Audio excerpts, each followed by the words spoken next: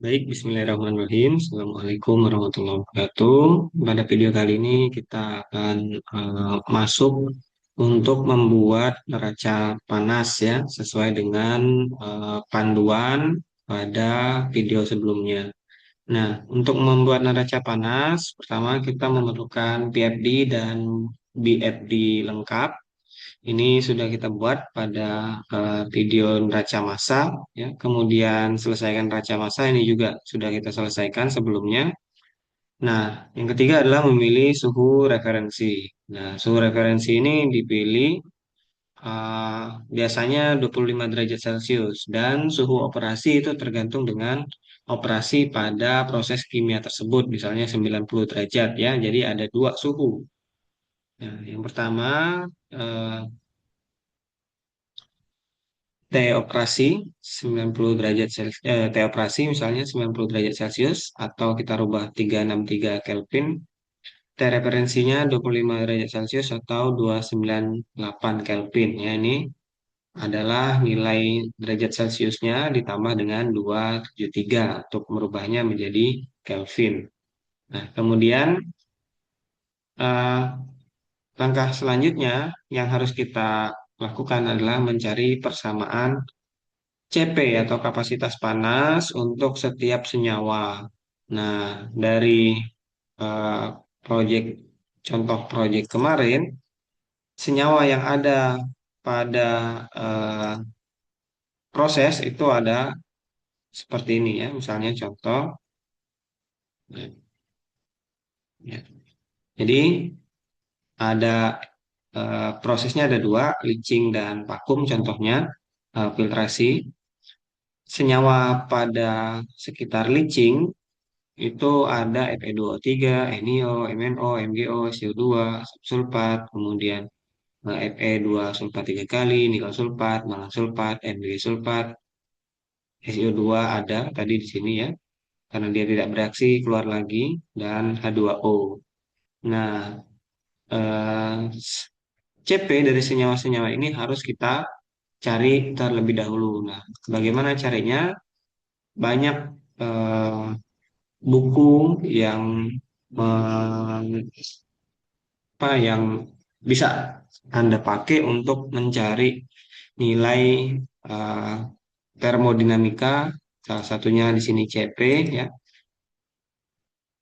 Buku yang paling banyak biasanya kita pakai itu yang sudah sering kita pakai adalah dari Paris Chemical Engineer Handbook ya. Nah, di buku ini di bab 2 ya, Physical and Chemical Data. Kemudian kalau kita lihat di scroll konten untuk bab 2 itu di bagian specific heat ya of pure compound. Ini biasa untuk material-material kristal atau padat ya. Atau Anda bisa juga cari nilai CP atau persamaan CP dari tabel yang lain. Misalnya specific heat of aqueous solution. Nah, di sini nanti akan mendapatkan nilai CP misalnya sulfuric acid ya dan lain sebagainya. Nah, untuk mencari nilai CP dari Fe2O3, kemudian MnO atau solid-solid lain ya yang terdapat di dalam ore misalnya, kita akan cari di tabel misalnya di sini di 2156 ya. Ini adalah tabel 2151 ya. Tentang heat capacity of element and inorganic compound. Nah, ini adalah kapasitas panas, persamaan kapasitas panasnya ya. Ini state-nya, C itu artinya kristal, L itu liquid ya. Ini suhu rentang suhu yang eh, disarankan. Nah, pertama saya akan mencari misalnya nilai CP dari Fe2O3. Ya, ini Fe2O3 bentuknya kristal, persamaannya ini. Jadi persamaan CP-nya adalah 24,72 plus 0,1604 T min 423400 per T kuadrat. Ini valid untuk digunakan pada rentang suhu 27 hingga 1097 Kelvin. Ya, ini jadi kita masukkan ke apa persamaan apa ke database kita di neraca panas ya. Jadi kita sudah mendapatkan CP, salah satu contohnya tadi persamaan CP untuk Fe2O3 yaitu 24,7 ya, plus 0,01604 T min 423.400 per T kuadrat. Nah, eh, nilai CP ini kan kita akan cari nilai Q atau nilai delta H-nya ya. Nah, nilai delta H itu sendiri pada penjelasan sebelumnya adalah ya,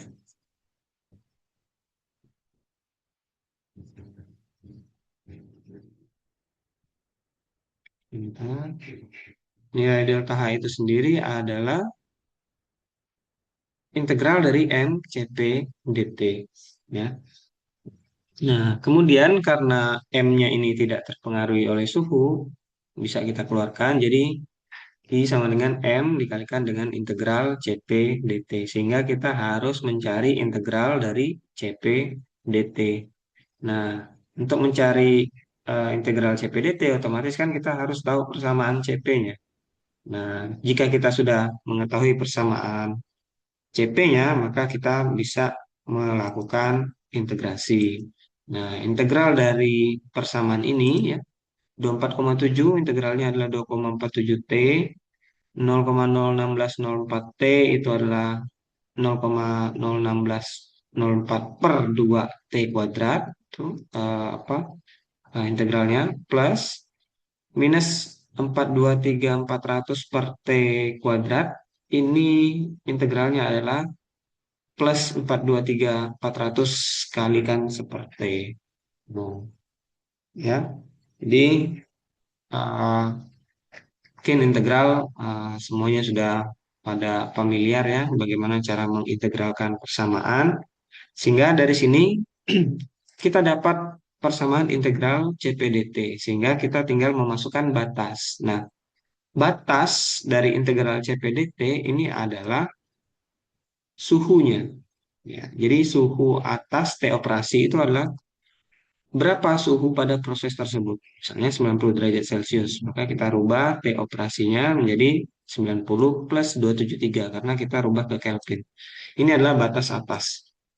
Kemudian batas bawahnya adalah suhu referensi yaitu 25 derajat Celcius atau 298 Kelvin. Nah, dengan memasukkan eh, batas tersebut ke dalam persamaan ini, maka kita dapatkanlah nilai ya dari integral CPDT untuk Fe2O3 itu adalah 1696,965. Ya, memasukkan batas bisa ya karena eh, misalnya pada contohnya seperti ini, contohnya kalau kita masukkan keadaan batas, nah seperti ini. Jadi semisal ada integral 100 T kuadrat, batas atasnya T operasi dan batas bawahnya T referensi, kita harus integralkan terlebih dahulu 100 T kuadrat ini. Jadi integral 100 T kuadrat itu kan 100 per 3 T pangkat 3 ya.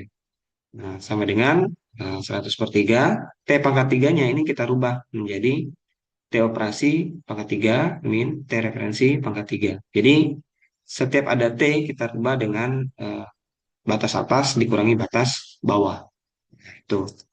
Jadi begitu juga di sini. Jadi 24,7 kali T ini maksudnya 24,7 kali T operasi atau 288 Kelvin tadi dikurangi dengan T operasi. Sorry, tadi 388 ya batas atasnya dikurangi dengan 298. Hmm. Begitu juga untuk seterusnya. Kalau T kuadrat berarti T operasi kuadrat dikurangi T referensi kuadrat. Itu maksudnya. Nah, sehingga kita dapatkan nilai integral CPDT dengan satuan kalori per mol karena satuan apa di sini tadi adalah kalori per mol Kelvin. Jadi kalori per mol Kelvin ini kalau kita kalikan dengan DT atau dengan eh, temperatur, maka eh, Kelvinnya akan saling menghilangkan. Tinggal kalori per mol. Kemudian kita dapatkan integral CPDT ya. Ini bebas nanti silahkan Anda cari, boleh di Paris ya, atau buku lain, survei misalnya, atau bisa menggunakan software database termodinamika, salah satu contohnya di HSC ya, yang dijelaskan pada video sebelumnya. Setelah kita dapatkan nilai CPDT ya, integral CPDT, maka kita harus membuat tabel neraca panas. Nah, tabelnya hampir mirip dengan neraca massa. Jadi ada misalnya di leaching itu ada inputnya dua ya, satu dan dua, outputnya tiga. Nah, di sini kita masukkan data CPDT, integral CPDT dari eh, misalnya ini yang masuk di input satu, integral CPDT untuk senyawa Fe2O3. Ini akan sama dengan nilai integral CPDT yang kita telah hitung tadi di sini. Sama dengan ini ya. Kemudian selain Fe2O3 itu di input satu juga ada NiO, MnO ya, MgO serta SiO2. Nah, kemudian di input 2 itu ada asam sulfat ya. Kalau kita lihat kemarin eh, proses flow diagramnya di input 2 itu ada asam sulfat. Oleh karena itu, kita masukkan nilai dari integral CPDT untuk asam sulfat di input 2. Jadi ini sama dengan nilai CPD, integral CPDT dari asam sulfat. Kemudian outputnya hanya ada satu ya.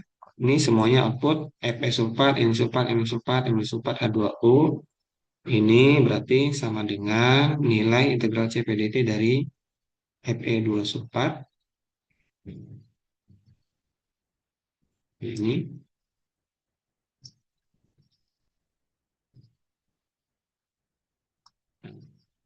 dimasukkan semua nilai dari integral CPDT. Nah, sebelumnya kita kan sudah membuat neraca massa. Nah, ini neraca massanya ya. Ada neraca massa yang kilomol per jam, ada yang kilogram per jam. Nah, karena satuannya di sini kalori per mol, ingin kita rubah menjadi delta H.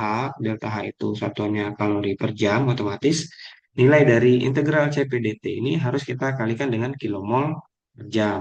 Nah, ini kilomol per jamnya nanti kita kalikan 1000 supaya dia berubah menjadi mol per jam. Sehingga mol saling menghilangkan, tinggal satuannya kalori per jam. Jadi delta H itu nilainya adalah sama dengan kilomol per jam kali 1000 ya, kali 1000 dulu untuk merubah menjadi mol per jam dikali dengan nilai integral CPDT dari senyawa tersebut. Nah, sehingga kita dapatkanlah delta H untuk masing-masing. Ya, kita cek kalau betul, betul ya. Nah, sehingga kita sudah mendapatkan nilai delta H untuk masing-masing senyawa di input dan output. Nah, kemudian seperti biasa, kita tambahkan balance per stream ya. Kita akan lihat jumlah delta H dalam satuan kalori per jam per alirannya. Ini tinggal kita jumlahkan saja ya. Begitu juga dengan ini, ya. Tinggal kita jumlahkan. Dan kita jumlahkan balance untuk yang input ya. Berarti input ini ada satu 2 ya. Kita jumlahkan antara input satu dan input 2. Outputnya cuma satu. Sini ya, outputnya cuma 3. Nah, kemudian kalau di proses tersebut ada reaksi, di leaching ini kan ada reaksi ya. Kita lihat reaksinya di bagian baca massa ya. Ya, ini kita pasti dulu. Nah, jadi persamaan reaksi di leaching itu kan seperti ini ya kemarin. Jadi Fe sulfat plus NiO plus MnO plus SiO2 plus MgO ditambah dengan 6 asap sulfat menjadi Fe2 sulfat 3 kali, Ni sulfat, non sulfat, Mg sulfat, SiO2 plus 6 H2O.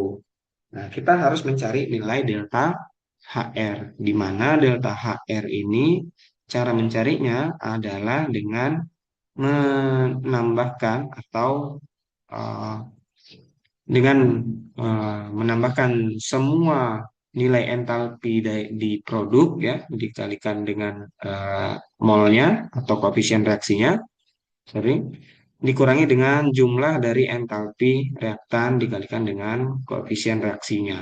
Nah, itu adalah delta HR.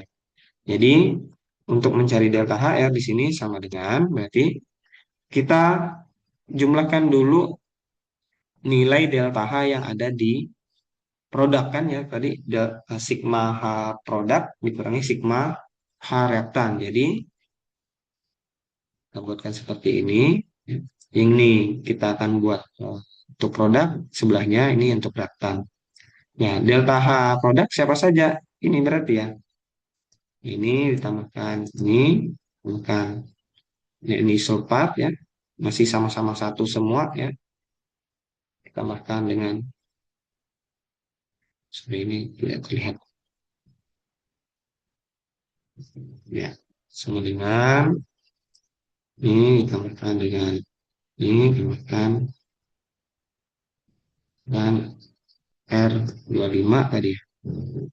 R25 ini punyanya Mg sulfat ya sudah ada. Oh sorry, ini saya kelupaan karena SiO2 tadi keluar lu juga ya di output 3, maka di sini juga kita harus tambahkan SiO2. Ya, integral CPDT-nya adalah integral CPDT dari SiO2,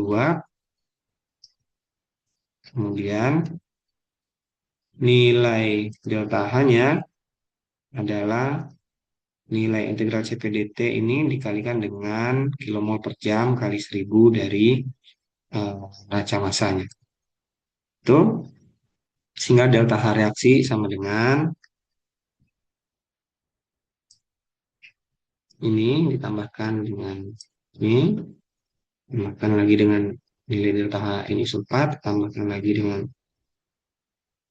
R24, ini punyanya mangan sulfat, tambahkan lagi R25, ini punyanya Mg sulfat ya, tambahkan dengan 6 kali H2O. H2O itu R26 ya, R26 ya.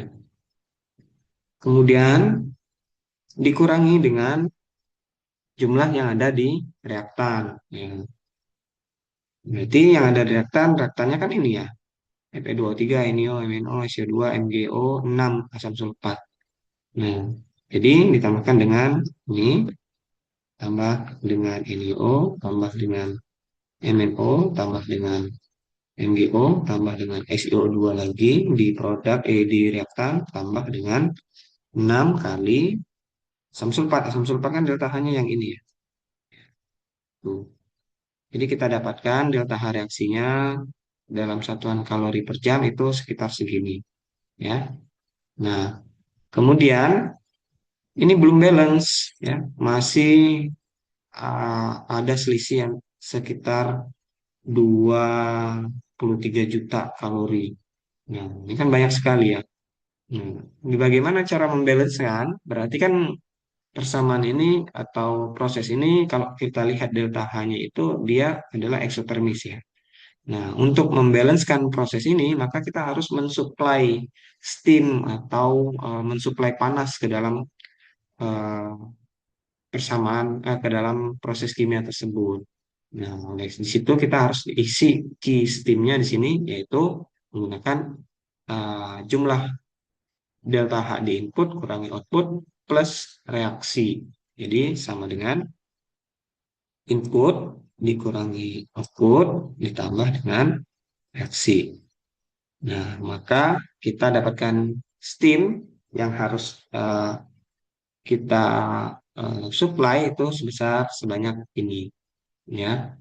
Nah, kalau kita cek balance-nya di input, di output, kemudian menggunakan delta H reaksi, Q steam ya, dan kita cek balance-nya, balance-nya ini adalah ini, nilai dari input ditambah reaksi kurang output minus Q steam ya, itu kalau kita cek balance-nya sudah nol, maka dengan begitu neraca panasnya sudah selesai.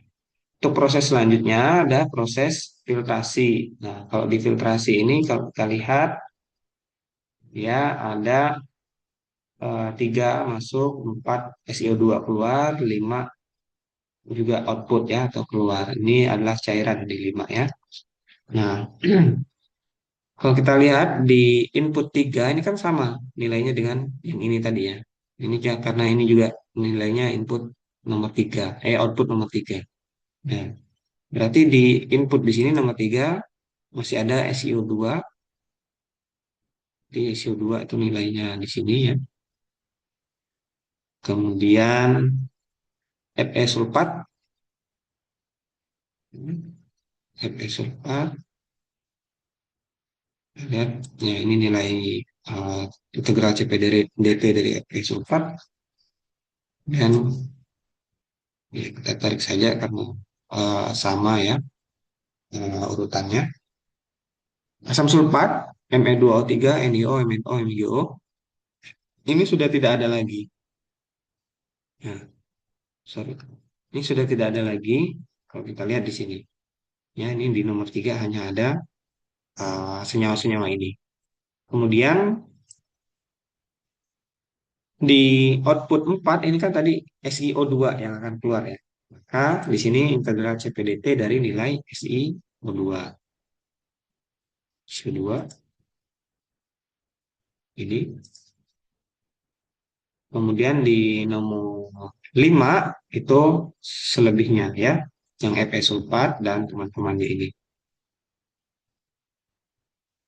Fe sulfat.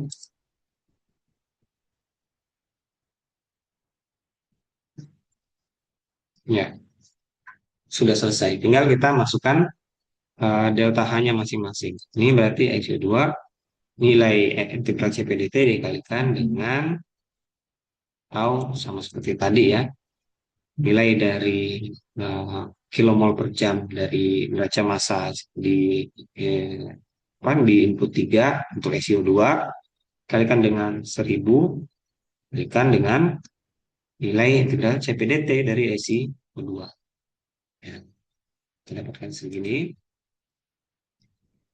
Kemudian ini juga sama ya, kalau kita cek ini sudah sama betul ya. Ya, lihat. Oke. Delta H reaksinya berapa? Nah, sekarang kan prosesnya adalah proses filtrasi ya. Tidak ada reaksi yang terjadi di proses filtrasi, maka nilai delta H reaksinya adalah nol. Nah, oleh karena itu nilai Q steam-nya, itu kan Q steam ini tadi adalah cara carinya input kurang output plus reaksi ya. Sama dengan input, ya inputnya hanya 3 kurangi output ditambah dengan reaksi. Maka key steam yang kita butuhkan atau steam banyaknya pemanas yang kita butuhkan itu adalah nol jumlahnya. Jadi kita tidak memerlukan panas ya untuk melakukan proses filtrasi. Jadi dia hanya keluar masuk, panas yang keluar masuk saja. Nah, kalau kita lihat balance-nya input panas di input itu sekitar sekian, sama nilainya dengan yang keluar. Sehingga kalau kita kurangi input kurang output, nilainya adalah nol. Ya, itu untuk penjelasan atau tutorial ya, tutorial neraca panas. Silakan nanti dibuat neraca panasnya. Boleh menggunakan sumber-sumber nilai CP dari berbagai macam sumber ya, tidak hanya dari Paris Chemical Engineering Handbook, atau tidak mesti harus dari HSC Chemistry Software ya, yang mana softwarenya ini bisa nanti kalian install. Ya. Itu saja mungkin yang bisa saya sampaikan untuk video kali ini. Lebih kurangnya saya mohon maaf. Terima kasih. Assalamualaikum warahmatullahi wabarakatuh.